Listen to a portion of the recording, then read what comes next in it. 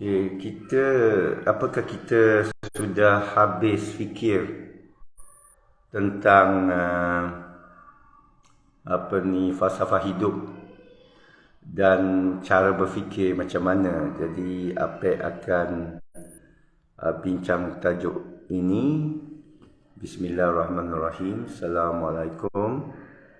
Harap suara clear. Nampak macam ada efek filter pada muka, tapi tak apalah, saya teruskan. Kita mula sekali jangan melalui paralisis atau kita beku dalam fikiran. Apa analisa, apa maksud beku dalam fikiran? Ia ialah apabila kita tidak dapat beredar daripada satu fikiran yang sentiasa berpusing-pusing. Contohnya kita terpaut pada satu idea, satu pendapat, dan esok masih lagi berpegang pada pendapat yang sama, dan seterusnya esok sama lagi, tanpa dikatakan berubah. Itu dinamakan oleh Dr. Edward de Bono sebagai paralysis through analysis lah. Yang saya pernah berikan contoh, ekor keldai di tengah, dia ada makanan di sebelah kiri 50 meter dan ada makanan di sebelah kanan pun 50 kilometer. Dia tak dapat bergerak kerana fikir dia ialah kalau saya pergi sebelah kanan, saya akan jauhi daripada makanan sebelah kiri. Kalau saya pergi sebelah kiri, saya akan jauhi daripada makanan sebelah kanan. Ini contoh diberikan oleh pakar lateral thinking Dr. Edward de Bono sebagai paralysis. You dah paralyzed, you berfikir secara berpusing-pusing, dan ini perlu disedari dulu dan cuba dielakkan. Memang fikir ini satu perkara yang kita tak dapat elak dan dia ada buntu, terutama dalam falsafah. Tapi falsafah lama, falsafah klasik, kalau kita baca kitab-kitab dia memang progresif. Dia memang bergerak sampai kita terpaksa berhenti untuk ulangi balik. Bukan paralisis, untuk mendalami balik, untuk memahami balik. Apakah falsafah itu boleh dihadam dulu, boleh difahami dulu, jadi tajuk sesi Apek ini ialah soalan, apakah Apek sudah jumpa falsafah hidup? Sudah jumpa apa yang perlu dicari? Jawapan saya secara umum sudah, cuma mendalami. Nanti saya akan bagi contoh-contoh. Cuma ialah mendalami. Contohnya tentang falsafah sains. Falsafah sains ialah kita tentang astronomika, tentang quantum physics, tentang psikologi jiwa, tentang sosial, tentang pekerjaan, tentang pendidikan, sudah dipertemui falsafah asasnya. Contohnya kesihatan. Kesihatan ialah makanan, senaman dan dinamika dengan beberapa perkara lain. Secara umum sudah diketahui. Dan terkejut juga kerana diketahui hanya berapa 4-5 tahun yang lepas. Ilmu-ilmu yang baru mungkin merupakan cabang mana? Dia cabang dari ilmu asas, ilmu fisika, metafizika. Ilmu tasawuf, ilmu betapa pun sudah dijumpai. Cuma ya orang kata macam mana nak mengamalkannya. Ia satu perjuangan yang tak sudah-sudahlah. Ilmu musafir pun sama. Musafir ini ialah bila kita berjalan, kita tak ada rancangan sangat, bukan kata rancangan, tidak ada expectation. Saya bagi contoh, dulu pernah nak pergi pantai timur, orang kata banjir. Saya pula dalam kereta pun nak takut banjir kan. Okeylah, tersekat jalan. Tapi saya buat keputusan, saya pergi juga dan saya duduk di Pulau Tengah. Satu pengalaman yang seronok, beriktikaf di sana, jumpa jemaah baru, pergi mandi dalam sungai terusan. Jadi apabila kita buat satu, ini musafir, ilmu musafir ialah bagi Apek ialah tidak ada prasangka ikut informasi orang. Kalau katakan orang kata, ni Myanmar tengah perang ni, tiba-tiba ada peluang untuk saya masuk Myanmar, saya akan masuki Myanmar. Malah semasa orang lari dari Libya, saya nak lari balik. Masa orang lari dari Mesir, Tahrir Square, saya nak lari balik. Masa reformasi di Indonesia, saya mau lekas pergi sana. Sempat saya pergi sana setahun kemudian untuk lihat keadaan. Dan kepada saya, satu suasana yang ini bab musafir dan juga bab hidup. Bila orang kata tentang satu keadaan yang gelap, yang mencabar, macam saya berbasikal hari itu, bertembung dengan pegunungan di Laos. Kerana tak tahu, itu yang kita berani, kerana tak tahu. Kerana belum sempat tahu, kerana kadang macam saya boleh kata banyak ilmu saya temui. Kalau saya dah tahu, banyak orang kita temui yang mungkin orang kita tak suka, tak tepat untuk kita, buang masa kita. Tapi kalau kita dah tahu tentang orang tu, kita tak akan jumpa orang tu. Dan bila kita tak jumpa orang tu, kita tak jumpa asbab dan hikmah di belakang tempat itu atau orang tersebut. Ya. Jadi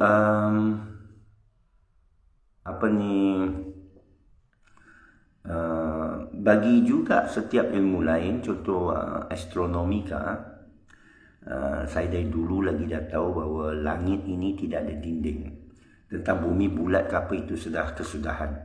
Tidak ada benda baru. Kalau bumi lepek, apa kesudahannya? Ini yang kata tadi, ramai orang bila berfikir, okey, bumi sudah lepek, dia sudah berhenti berfikir. Dan di sana Dr. Edward de Bono sekali lagi kata, thinking is not problem solving. Dia kata problem solving ini adalah satu takrif salah tentang thinking.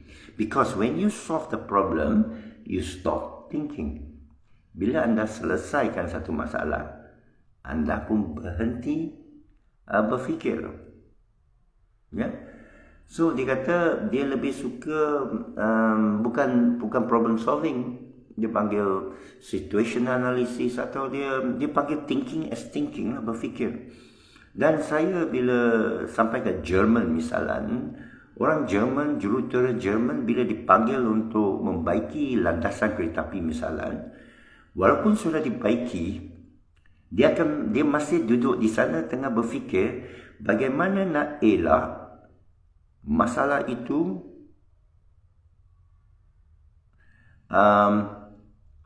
akan berulang.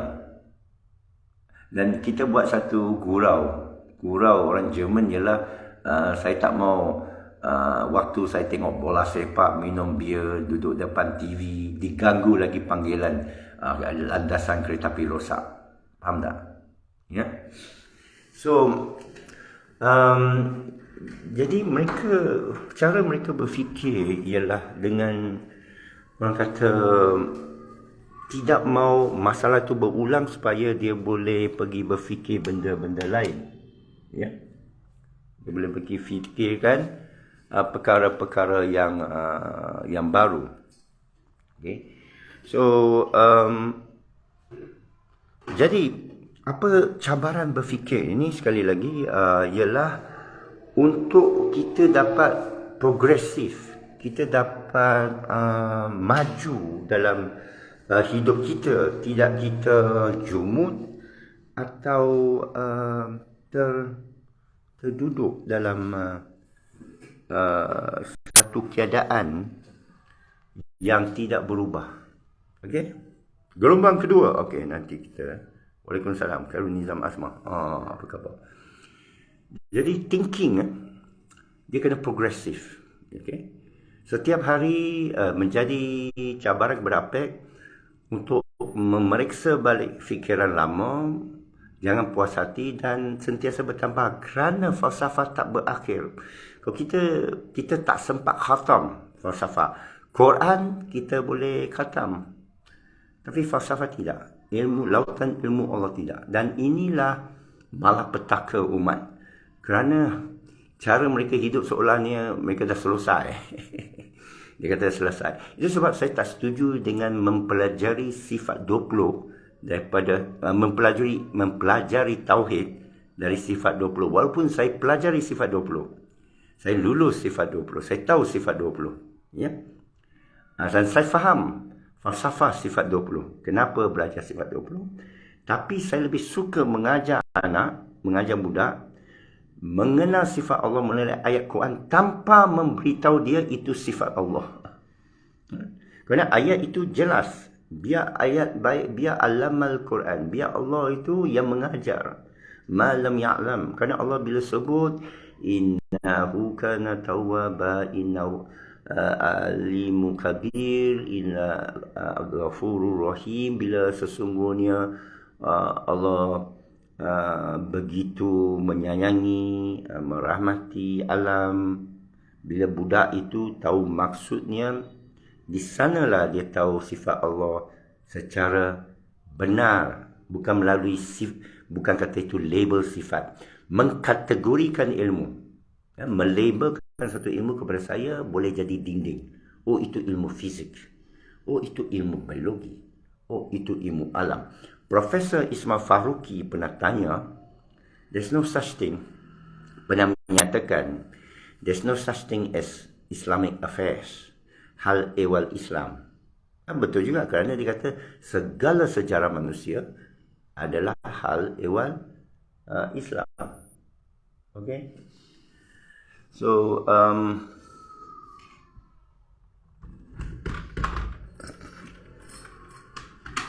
saya cuba cari sudut yang lebih kurang echo. Okey, untuk terbakar udara sikit.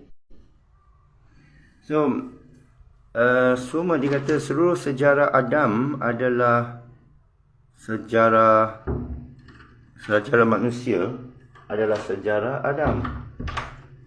Ya. Jadi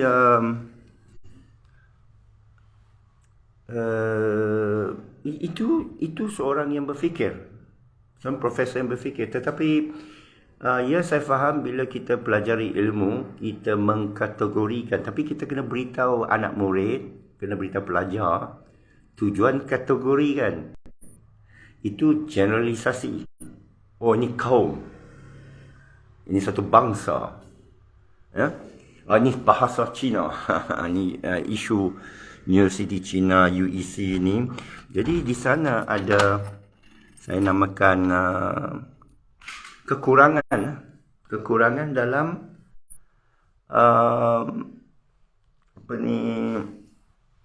pemikiran. Dia limitkan kita. Bagaimana melabelkan limit kita? Kerana dia sama ratakan. Contoh, bila kita mengkaji satu agama lain, itu agama lain. Dan bila saya dalam tasawuf, saya tahu ada orang kata, dia ambil daripada Hindu. Sekarang saya tanya, Hindu ambil dari mana? Dia ambil dari Ibrani. Ibrani ambil dari mana? Ya. So, tapi dalam soal Imam Mahdi dan Dajjal, sekali lagi bila dikaji, kita kena case to case dan jangan kita samakan. Dia ni guna akal. Nampak tak? Ya? Jadi orang yang terus sedemikian, cara dia berfikir sedemikian, tidak kena. Kerana dia mengelakkan, dia tidak objektif. Dia tidak berfikir secara adil. Meletak benda pada tempatnya. Begitu juga bila orang kata tentang lelaki ke wanita, bila orang kata wanita emosional, contoh ya, saya defend wanita. Saya fikir balik, kerana berfikir ini ialah, pertama saya akan keluarkan apa yang orang lain kata kepada saya seketika, iaitu kita tidak harus, kalau nak berfikir, kalau tidak jangan berfikir. Itu menghafal, itu copy paste, itu meniru, itu mengambil fikiran yang orang lain sudah fikir. Kalau begitu, itu sebab di sekolah kita sebenarnya tak belajar sebenarnya. Kita hanya meniru teori Isaac Newton, teori Albert Einstein, teori semualah cendekiawan dalam agama bersama, teori Imam Al-Ghazali, teori mazhab, teori wasabi, teori syiah, teori sunnah wal jamaah, dan diterima begitu saja. Kita berfikir, dan sedih ialah bila orang menganggap tak perlu berfikir. Dan saya nak timbulkan balik, letakkan balik fikir pada tempatnya. Nak fikir balik akal. Kerana yang sedihnya, dengan satu label, dengan satu rangkap, kita telah ditomakan otak kita, ditomakan akal itu, fikir itu, sehingga diletak pada tempat yang macam diharamkan. Sehingga ramai dari kita, umat kita, tak terfikir untuk terfikir. Tapi dia tak sedar dia tengah berfikir. Tapi fikir cara salah. Kedudukan fikir, kedudukan akal. Dan dia masih masalah first stage lah, yang basic, iaitu dia tidak dapat, dia tak sedar keperluan berfikir. Dia takut berfikir, dia bimbang untuk berfikir, dia so afraid to think. Macam berfikir itu satu jenayah, berfikir itu sudah jadi satu dosa. Dan bila saya dengar, saya bangkit ini kerana saya dengar telinga saya sendiri ucapan dalam video YouTube ustaz yang masyhur menyatakan dia mempelekehkan guna akal. Dan juga antara kawan rapat saya dalam Facebook yang menyatakan ini pemikiran Mu'tazilah. Ini orang falsafah dia ikut Yunani. Kepada saya dia salah. Kerana saya kaji balik tuduhan atas Mu'tazilah, dan saya kaji kitab Mu'tazilah mana lagi besar dari At-Tahafud. Saya baca, ramai orang yang saya cerita ni tak baca pun.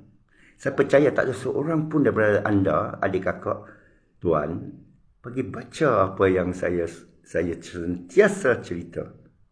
Sepatutnya awak bekerja untuk, apa dia baca ni? Mungkin 1-2 lah, tapi 99% daripada anda tak baca. Jangan kata apalagi Quran yang sepatut wajib kita baca. Bila saya sebut tentang meratib, tak ada orang berhenti meratib. Saya berhenti meratib. Ini daripada sendiri. Saya sendiri. Dan ada orang soalkan, kalau awak ikut sendiri ni awak sesat.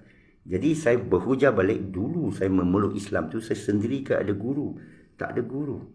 Saya dalam keadaan betul jahiliah, betul gelap. Bukan pakar, umur 18, baru 18. Tak kenal Anwar Ibrahim, PM10. Tak kenal sahabat, tak boleh bercakap bahasa Melayu sefasih. Kerana belajar tapi tak praktis sefasih ini. Berdidikan Inggeris, berseluar pendek bersama pakai jin. Jadi itu budaya pakaian itu mengejut, itu simple falsafah dia. Falsafah berfikir itu. Yang sekarang orang soalkan, saya hujam balik. Saya takkan give. Bukan saya lari. Saya tak perlu lari.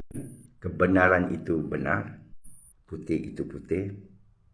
Cahaya itu menerangkan. Jadi saya tak panik. Okay? Ini pemikiran Apek, Cina Apek. Bila bertemu dengan orang, ada ramai orang sedar, wah ini pemikiran lain sikit ni. Ini falsafah baru, bukan baru. Memperbaharui falsafah mungkin. Ya. Balik pada soal Mu'tazilah. Kepada anda yang cerdik sikit ada baca, cuba baca balik.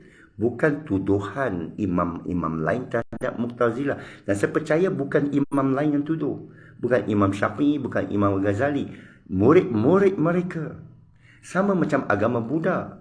Yang membudakan agama Buddha. Bukan Buddha. Ananda. Anak murid kanan Buddha. Yang mengkristiankan Kristian hari ini. Bukan Isa, bukan Jesus. Yang mengkristuskan dia. Nama dia bukan Kristus. Nama dia bukan Isa Kristus. Bukan Jesus Christ. Namanya Isa of Nazareth. Ya. Isa Nasarah. That minal Nasarah. Dalam Bible disebut Jesus of Nazareth. Ya. Son of Mary, Ibnu Maryam. Ya. Son of Man. Dia juga gelar diri dia. Anak manusia. Bukan anak Tuhan. Dia tak pernah gelar dia. Diri dia anak Tuhan. Jadi bagi saya boleh faham bila satu fakta mengenai agama saya dulu kerana saya kaji balik. Dan memang kalau saya bertembung balik dengan orang Kristian, masalah yang sama. Kalau saya bertemu dengan orang agama saya yang lalu, saya hadapi masalah yang sama. Masalah yang kita kata mereka tak berfikir. Mereka anggap, okey, ini anak Tuhan, anak Tuhan. Dari mana awak dengar? Dia pun tak sedar dari mana dia dengar. Campur. Mungkin baca kot. Bukan tulisan Bible. Kalau tulisan Bible pun jelas tulisan Saul. Buka Bible sekarang. Kalau saya ajaklah. Ya. Tapi sasaran saya sekarang umat. Sejagat. Bukan Kristian ke Buddha ke Atheis ke. Sejagat. Semua manusia mengenai pemikiran. Anda harus sentiasa berfikir secara baharu. Agama tak baharu. Pemikiran dia baharu. Antara guru saya dah ajar saya, ad-din itu sudah komplit. Ilmu tidak. Ilmu itu macam lautan. Apa yang anda tahu hanya satu titik dalam lautan tersebut. Ya. So, itulah cantiknya bila sedar, dan itu perlu untuk umat berjaya. Sekarang umat dia diajar berfikir cara lain. Cara pendidikan dia berfikir. Cara dia berfikir. Cara gaji dia berfikir. Cara kerja JPA. Cara dapat CGPA. Cara pergi universiti. Cara hutang PTPN. Cara ambil SPM, STP. Pra-university. Diploma. Ijazah. Masters. Lanjutan. PhD. Kedoktoran. Dia berfikir.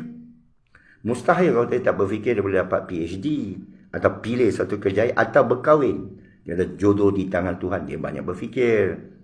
Banyak berfikir tu. Tengok cik. Banyak bermakeup. Itu apa? Fikirlah tu. Bukan subconscious. Apa? Maksud saya, bab yang kepada saya penting, agama. Falsafah hidup. Dia tak berfikir. So rugi lah, kepada saya rugi. Dan tak paksa, kita tak paksa orang berfikir. Cuma kita kata rugi awak. Dan Quran menekankan fikir dan fikiran. Ini saya berani cabar mana-mana ustaz. Saya rasa saya kena cabar sihir ni. Ada ustaz ajak saya berdialog sihir, saya kena hantam habis-habisan. Nasty. Because that is the crux of the matter. Antara simbol kejumudan fikrah umat kita, sihir. Santau. Kena buat orang palsu semua. Dan saya bertemu dengan sahabat rapat, dia kata, saya jumpa semua, saya tolong ceritakan balik. Yang dia cerita balik, saya punya cerita lagi hebat. Saya bertemu betul-betul dengan jin. Tak nampak, tak rasa, tak ada apa. Dan saya kata tak ada apa. Lepas tu hilang. Kepada saya, dia mainan minda, khayalan. Dalam tongkat Nabi Musa, ayat tersebut khayalan. Dan ada hadis daripada Ibrani, bagaimana mereka mesti waktu pagi kerana mereka nak cahaya tu main kat mata. Silap mata. Tapi kalau manusia yang dah percaya, dah terpaut, biarlah dia terpaut, dia pusing fikiran itu kat sana. Bagi mereka nak mencongkil rahsia sesuatu, dia teruskan dan dia akan rasa bercahaya, menemui penerangan, terang. Apapun, bila saya kaji satu perkara kod ke, sekarang lah ilmu saya, fikir saya hanya mendalami. Contoh makanan ya, kita lagi jumpa kebenaran.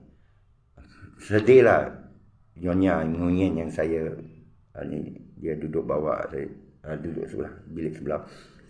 Dia cerita vaksin 2 hari lepas. Saya kata, apa Nyonya tu cerita? Dia cerita vaksin. Sekarang anak saya tak ada sakit, saya dah vaksin banyak, dia boleh pergi mana-mana. Jadi saya diam sajalah. Dia sepatutnya dah tahu pendirian saya terhadap vaksin. Tapi saya juga ada satu falsafah. Kalau seorang sudah tahu pendirian anda, dia masih ulangi, apa akan diam? Kerana dia sudah blok. Atau dia tak ingat, dan tak harus ingatlah. Tak harus saya ingatkan dia. Mungkin bila satu perkara berlaku, ya, saya akan, atau biarkan dia. Kerana bagi kita, mengongsi ilmu ni, ialah dia mahal. Kedua, tertib dia. Kita bukan guru. Kita bukan, walaupun guru bukan mesti mengajar kamu, ini salah, ni salah. Kerana guru tu tunggu. Guru tu tunggu untuk satu waktu yang sesuai untuk beritahu murid atau kawan. Saudara nampak apa jadi? Ya. Jadi macam dalam soal vaksin, kita kaji statistik, kita kaji asas, dan kita bermusafir. Saya ada masa tu berlalu hospital-hospital di Bangkok. Saya tahu persediaan mereka. Saya tanya soalan sama kawan-kawan. Saya ada di Likas, Sabah. Saya ada di Sandakan. Macam-macam berlaku kemuncak di Sabah. Kebetulan saya berada di sana. Saya tawarkan RM10,000. Yang datang sihat-sihat, tuntut apa tu? Saya kata yang betul-betul kena. Kan? Jadi, fikir ini very important for you. Kalau you gagal berfikir, kita boleh belajar berfikir. Yang macam kita kata, berfikir itu pertama kesedaran tentang bahawa awak tahu ke tak tahu ke. Tapi banyak kita memesongkan fikiran. Dia pergi trollkan fikir. Dia kata, pertama sesat lah. Kedua, you tak ada guru. Apa yang dah buktikan you tak perlu guru? Kerana guru ialah Allah. Ya. Lepas tu dia akan kata apa lagi? Dia kata fikir tu bahayalah, kita dah belajar ni, sudahlah, kita dah ada guru, jangan lebih-lebih.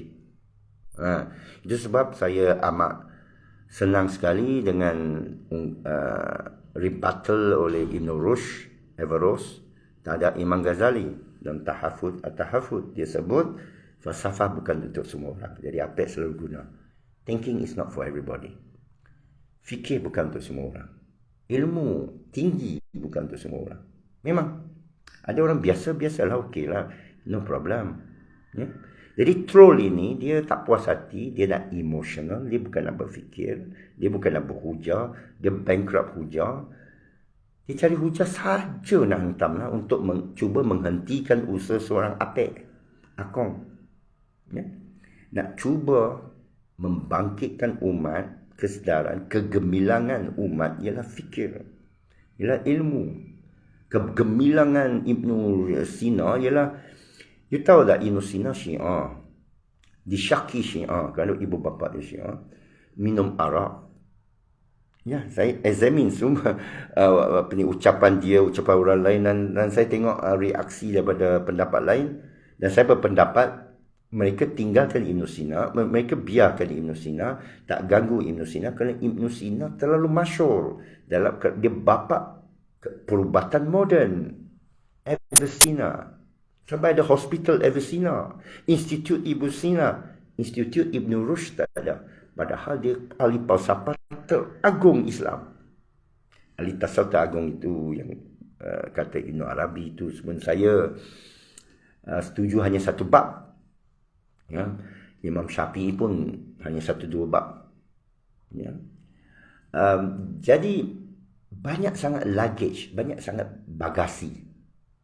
Ya, bila nak naik tukar kereta api, kena bawa bagasi. Lepas tu kereta baru itu pun banyak bagasi, banyak luggage, banyak benda berat untuk bagasi umat, bagasi masakin, bagasi asnaf, menjadi bagasi saya.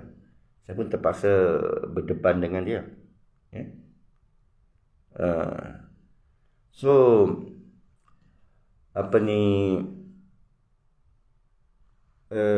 bila saya rasa penting untuk saya menolak bagasi itu sementara. Dalam musafir ini saya dapat lebih berseorangan, kerana tafakur itu penting, berseorangan antara anda dengan Allah. Kebanyakan anda sebenarnya berseorangan. Bila duduk solat, dalam solat, selepas solat, awak berfikir seorang diri. Tak ada dengar suara. Kalau dengar suara ada problem tu. Hanya suara diri. Ada sains mengenai suara diri. Ada sains mengenai bagaimana bertafakur. Dan ada satu dua orang yang minta saya, okay, how do you bertafakur? Macam saya pernah bertemu, masa jumpa Amoy atas bas tu di Hanoi, pergi lapangan terbang. Amoy yang bantu saya. Dia cakap dia suka ikut Buddha, guru. Dia mula berbual dengan saya bila saya sebut saya dari Malaysia. Oh, dia kata pakcik dia, bapa saudara dia dari Malaysia. Dan bila dia cerita sebagai seorang tokoh Buddha, tokoh Sami, saya kata, betulkah bapa saudara kandung? Dia kata tidak, mereka gelar bapa, macam pakcik kan. Abang, dia bukan abang. Macam kita kata dia bang. Ada orang panggil taiko. Bukan saya taiko dia. Gelaran. Okey. So saya pun tanya dia dalam bas nak sembang apa dengan Amoy yang cantik kan. Dia tanya dia, you meditate ke? You ada bertapa ke? Dia jawab, oh dia tak praktik lah. Tapi dia tahulah betapa dan guru dia banyak ajar dia. Saya pun tanya dia, apa guru you ajar? Dia kata, macam mana kosongkan fikiran? Di sanalah pek masuk jarum. Saya kata, tidak. Daripada penemuan saya tentang betapa daripada Buddha sendiri, daripada tokoh-tokoh Buddha, dia bukan mengosongkan pemikiran. Dia menghadirkan pemikiran. Dia fikir tentang here and now. Sini dan kini. Tasawuf pun sama. Bukan ada persamaan. Bukan dia dari sama. Semua sama. Berfikir itu, dia sedar tentang apa yang dia tengah, otak dia tengah main. Dan cuba untuk mengelakkannya, tak boleh. Kerana dia ada sebab. Kenapa awak terfikir benda tu? Jadi dia renung saja. Dia perhati saja. Tapi dia tak masuk campur. Kadang-kadang datang perasaan marah. Datang perasaan nostalgia. Datang perasaan sedih. Dia perhati saja. Dan dia biar berlalu. Faham? Itu antara konsep betapa dan berfikir. Bila betapa tu dia duduk diam. Benda datang, dia capai. Benda pergi, dia lepas. Macam kungfu lah. Tai chi lah. Bukan dia fikir, pukul dia tak sedar. Dia sedar. Tafakur sebenarnya bukan duduk. Dia berjalan dalam alam. Dia di luar. Tidak kamu berfikir bagaimana hujan itu turun. Tidak kamu lihat bagaimana rezeki itu. Tidak kamu mengembara atas muka bumi. Menyaksikan rahmat Allah, nikmat. Itu kepada saya zikir dan fikir. Dan betapa, penting betapa. Beruzlah itu, berseorangan dalam gua itu kerana kita tak mahu orang ganggu. Macam ni, saya masuk satu bilik khas ini. Kerana echo tadi. Kerana saya boleh buat kat kafe bersama Amoy semua. Tapi mengganggu fikiran saya. Ya. Tapi orang yang sampai tahap itu sifu, dia tak terganggu. Bukan dia kosongkan. Dia kosongkan diri. Dia tak kosongkan fikir. Dia tak kosongkan alam. Dia kosongkan diri. Maknanya dia rendahkan diri, dia hilangkan diri, dia fanakan diri. Tapi dia tidak hilang. Faham ke tak faham? Tapi saudara Khairul Nizam di Kampung Tinusa. Saya duduk 2 minggu tu. Bagus sana orang Bugis atas air. Saudara Khairul Nizam ni. Seorang 7A, 8A MRSM. Ni pelajar contoh masa depan ni. Hafiz juga dia, Hafiz. Berapa juzuk dah, berapa juzuk tinggal lagi saudara. Ya. Jadi um, bila saya bertemu dengan Al-Quran, sebagai aku yakin, dia bukan berhentikan fikir, dia selesaikan banyak fikir. Contohnya saya terfikir, apakah, contohlah hidup yang biasa, apakah kita perlu menipu untuk berjaya? Banyak orang masih menipu. Mau hidup mah, tak perlu. Serah ke Allah. Bagaimana kita serah ke Allah? Apakah kita tak berfikir? Juga perlu berfikir. Dan Quran dah sebut. Cara dia sebut. Jadi sebab saya lebih suka orang mengaji tauhid, tasawuf. Fiqah boleh. Fiqah saya ikut mazhab. Itu saja. Tapi dari segi fikir, tasawuf, tauhid, baik Al-Quran. Baik merenung masuk Al-Quran. Dia kata orang tu boleh sesat. Tak mungkin. Kalau ada anak awak, dia baca Quran sampai sesat, bawa jumpa saya. Saya beli anak tu. Anak lah. Belum akil balik lah. Atau akil balik lah. Ada baru akil balik. Tak boleh sesat. Saya daripada kesesatan boleh percaya kerana ada asbab fikir. Dia bukan melalui tiba-tiba. Kalau saya tiba-tiba nampak cahaya, macam di Damaskus itu bol. Nabi Isa tengah, kenapa engkau lawan saya? Atau Inu Arabi, terdengar suara masa dia pergi satu majlis berpoya-poya. Ini pun satu cerita yang pelik. Dia pergi berpoya, dia anak ulama. Dan dia dengar suara Muhammad. Ini bukan tujuan kamu dijadikan. Kalau saya dengar itu suara, tiba-tiba saya dengar dalam bilik ini, Ridwan, ini bukan tujuan hidup saya. Saya lari keluar. Bukan saya lari keluar lah. Saya akan lawan balik. Saya akan tanya balik, suara apa ni? Dan tak ada kesan pada saya. No meaning. Faham tak? Ini deep No meaning to me. Datang malaikat ke apa, peluk saya ke apa kau. Ini ilmu kamu tinggi ni. Saya akan bukan saya auzubillah. Saya tahu saya perlu ignore. Syekh Sufi saya kata nothing. Kalau kamu berdepan Allah ni, nothing. Tak ada. La ilah waddahu la syarika wa lam yakul lahu kufuwan ahad. Dia bukan deep sangat. Dia simple je. Jangan terpaut. Surrender. Tawakal. Tengok, di sana guna akal kan. Di sana guna perbicaraan kan. Okay, so you got it right. Then you have to go deeper and think 15 times. Read or listen 15 times. So, as conclusion, no conclusion. We always continue this conversation. Okay? Just that kita artikulasikan, kita permudahkan untuk orang faham. Dia bukan payah. Orang yang buat payah. Okay? So, that's why saya tertarik pada Buya Syakur. Bila orang tanya Buya Syakur, kalau boleh mimpi jumpa Nabi, kalau jumpa Jibril, jumpa Nabi Khidir, apa Buya Syakur nak lakukan? Dan jawapan masyhur Buya Syakur mudah saja. Kalau saya bisa jumpa Nabi Muhammad ke, Khidir ke, Malaikat Jibril ke, saya akan tanya satu saja. Mana tempat aku di akhirat esok, syurga ke neraka?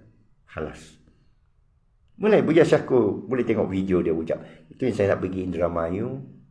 Jumpa itu Buya Syakur, salam dan dia, peluk dan dia. Itu saja. Duduk di kaki dia. Tapi saya martabat guru ini lain saya berbanding dengan orang Melayu kita. Dicium tangan semua, peluk semua, saya tak ada. Sorry. Ilmu kepada saya adalah satu transmisi daripada Allah. Ya. Melalui asbab kejadian. Seperti mana Quran ceritakan. Itu kepada saya ketinggian ilmu. Dan ini diiktiraf. Saya tahu diiktiraf oleh beberapa ulama. Tapi tak apa. Tak perlu iktiraf daripada ulama. Allah yang mengiktiraf. Tak perlu lepak. Kadang lepak tu pun sedangkan saya. Dia kata macam mana Jabatan Agama tuduh saya sesat. Hanya Allah yang boleh menyesatkan. Saya sedar itu benar. Saya dah lupa.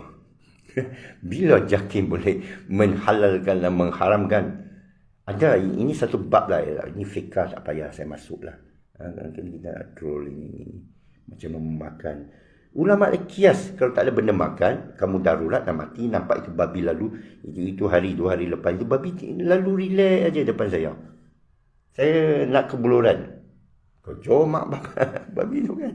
Tapi orang kita tak akan buat. Dia dah sanggup makan cacing. Dia sanggup makan kucing.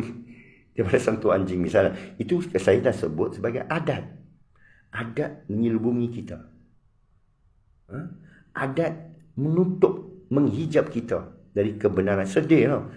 You make me look good, you know. You buat apek ni macam tinggi tau. Apek bukan apek tinggi lah. Tapi apek bukan ada ketinggian ilmu. Kalau zaman Ibn Sina, apek ni nothing lah. Zaman Ibn Rushd, apek. Siapa apek? Tapi apek ni nampak tinggi, ilmu tinggi kerana orang lain rendah. Apek ni tinggi 6 kaki 2 orang tanya, 1.86 meter. Jadi orang lain 1.5 meter, 1.2 meter, 1.4 meter. Tinggilah apek, tapi cuba kalau semua orang 2 meter tinggi. Apek rendah. Pernah apek duduk kat hotel kan. Ada basketball team dari pertandingan lah. Sekarang mereka turun ke lobby, saya duduk dengan mereka, saya rasa rendah. Amoy yang cantik. Kalau lain semua tak cantik, dia cantik lah. Cuba dia duduk California, dia akan tak bahagia. Cuba dia duduk Rusia atau Vietnam, cantik tu, atau Laos. Kalau ramai, atau selatan China, ramai Shanghai, tu ramai amoy tinggi-tinggi, lawa ke buju. Jadi sakit jiwa. Perempuan tu bukan lelaki. Lelaki sakit jiwa lain lah. Tapi perempuan sakit jiwa. Kalau cantik. Saya tengok, kita kaji ni, statistik wanita paling tak bahagia di tempat perempuan yang cantik. Yang cantik paling tak bahagia, dia duduk tempat perempuan cantik. Dia kena pergi duduk perempuan tak cantik. Nah, you kena duduk Afrika. Semua akan panggil you orang putih. Apa yang terkejut, yang panggil white man.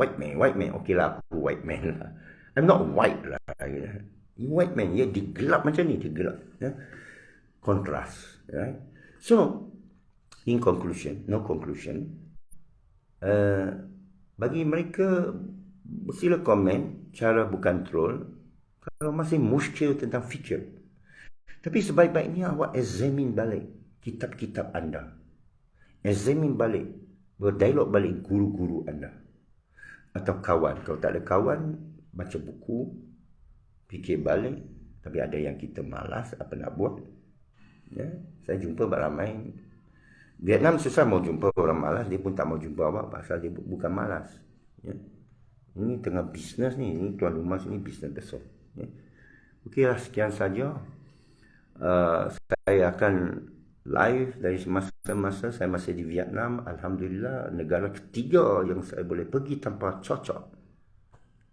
Nanti saya akan pergi berbasikal ke Cambodia mungkin, atau saya terbang balik terus ke Rangsit, Bangkok, negara bahagia, untuk habiskan kerja saya. Nanti saya balik ke Vietnam kerana perjalanan yang belum selesai, 3,800 km ni saja yang taja saya. Jangan lupa kesihatan, ya.